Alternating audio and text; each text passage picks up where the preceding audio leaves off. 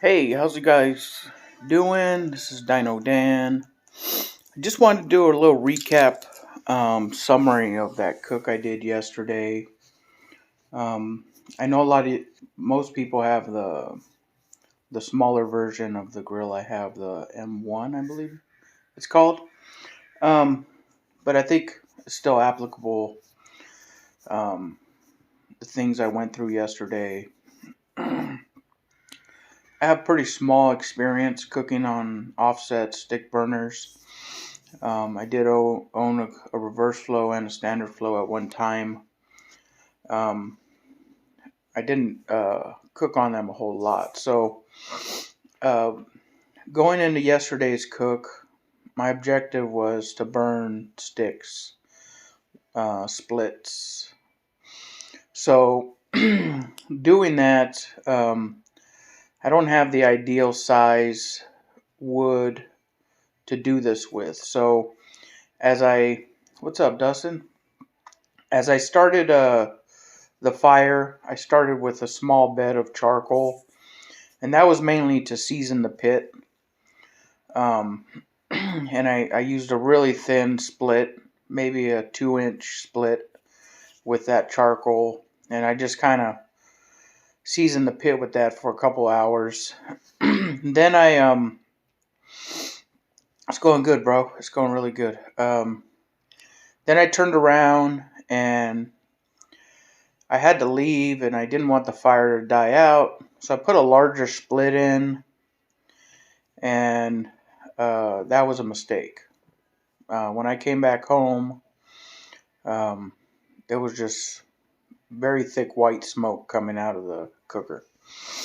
So I opened everything up and let that thing breathe and let that wood catch on fire and got that rolling. But then I just noticed as I would add more splits, um, they weren't catching on fire like I wanted them to. Um, so then I went to some drier wood. I have some drier fruit wood that I had, and they're smaller pieces, and those caught on fire really quick.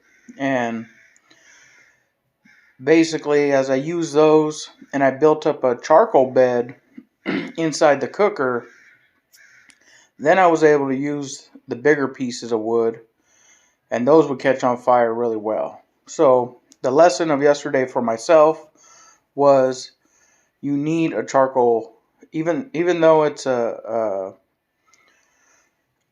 even though um, you want to burn the wood, you got to have charcoal. Now, whether you burn your wood down and get the charcoal, or you start off with some ripping hot charcoal, that's up to you.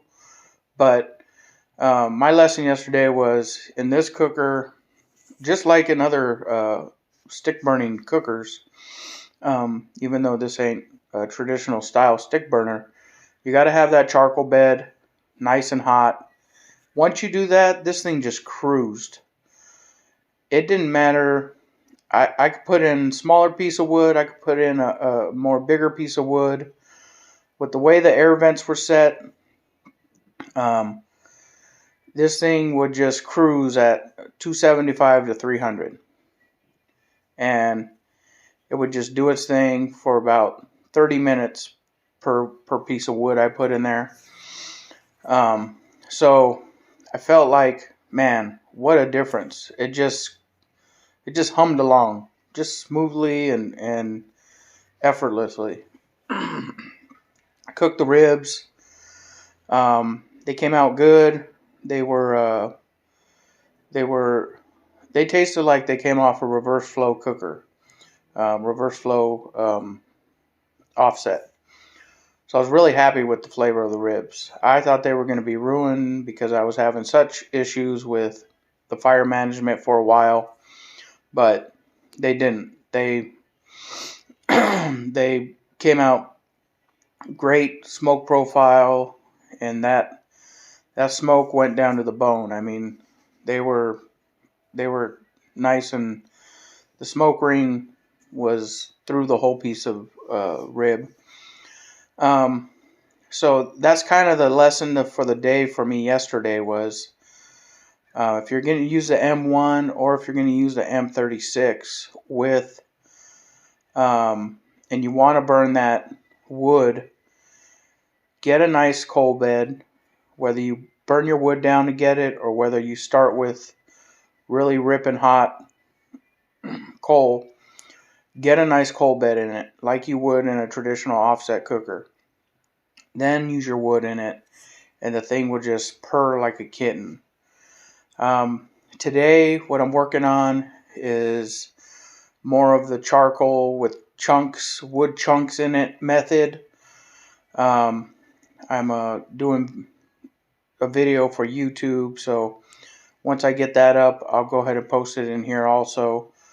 But I just want to see what it'll cruise at. I used Fogo whole lump charcoal. It's like an 8.8 pound bag, so not super huge. I just mixed in some cherry wood I had in that. I lit about a half a regular Weber chimney, got that ripping hot, poured that on the top. I left everything open until I got more of a clearer smoke. Then I put my vent about halfway and then let it slowly come up. And then when it got to about 225, I put the vent, the bottom vent, about maybe like an 1/8 inch, somewhere around there. And it still started climbing. So then I took the top vent and backed that down halfway. So right now I'm cruising right there at 250, like that. And I'm just going to see. Since I put the lit charcoal in, it's been about maybe an hour and a half. So I'm just going to see how long that charcoal will last like that, to just kind of give me an idea on the heat retention and if I want to cook something in this style, what I'm working with. Anyhow, if you would like to see me do something with the cooker, something specific, go ahead and let me know. You can either put it in the comments, you can send me a DM, and then what I'll do is I'll just try to work that into one of my regular cooks with it. My plan is to cook some tri-tip on it for Easter, and probably smoke the tri-tip on that and then transfer and sear off on another cooker that I have ripping hot. So anyhow, I hope you guys have a great day. I got to get ready for a SCA competition down in Bakersfield, so I probably won't be able to come back on or post a video or anything like that probably till tomorrow.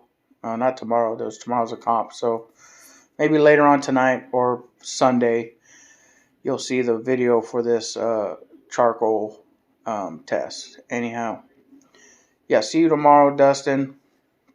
I'm hoping the wind isn't too bad. I got your hat. I think I need to bring some kind of strap or something to use for those canopy weights, right? So yeah, I'll see you tomorrow, Dustin. Everybody else have a great, blessed weekend.